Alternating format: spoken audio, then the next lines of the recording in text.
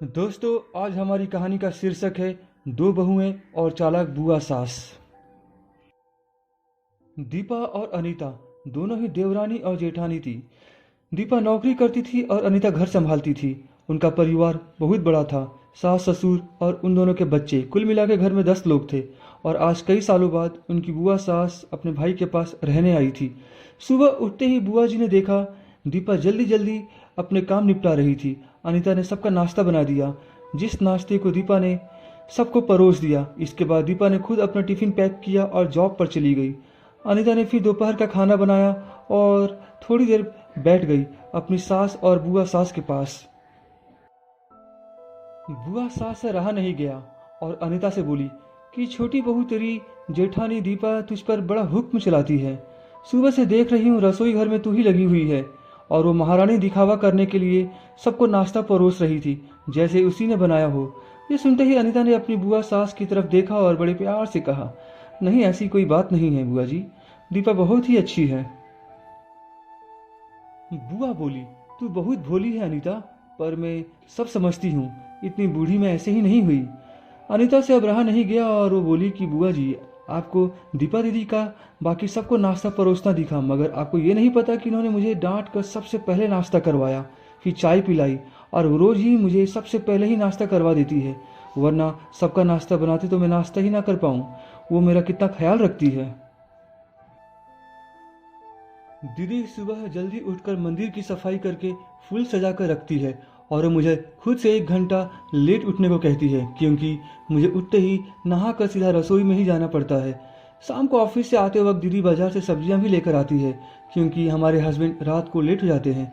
और दीपा दीदी ने सासू माँ को बाजार जाने के लिए मना किया है, क्योंकि माँ जी पर अब 60 साल से ऊपर की हो चुकी है, कहीं बाजार जाते समय उन्हें तकलीफ ना हो जाए।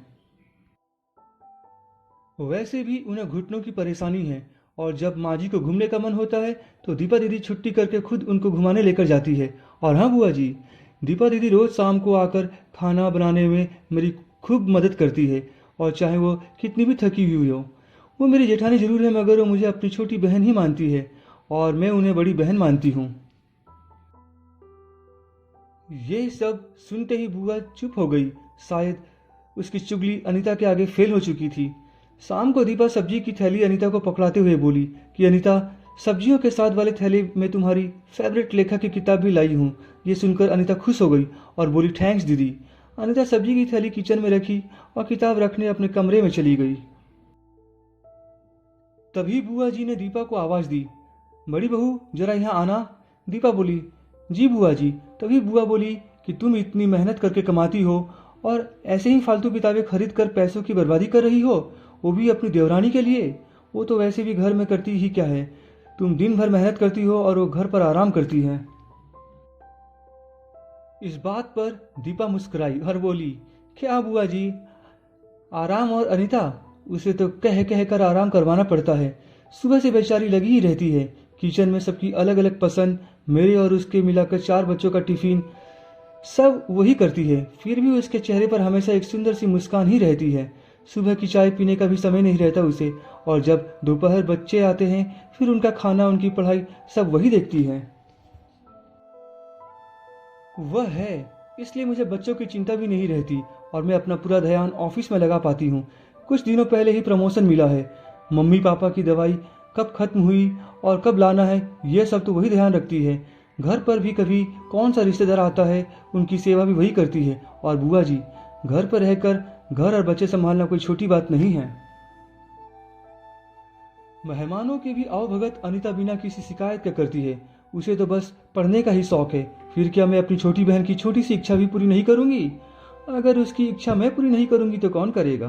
अब तो बुआ की पूरी तरह से ही बोलती बंद हो चुकी थी। फिर दीपा भी अपने कमरे में चली गई। ये सारी बातें दीपा की सास पीछे खड़ी हुई सुन रही थी।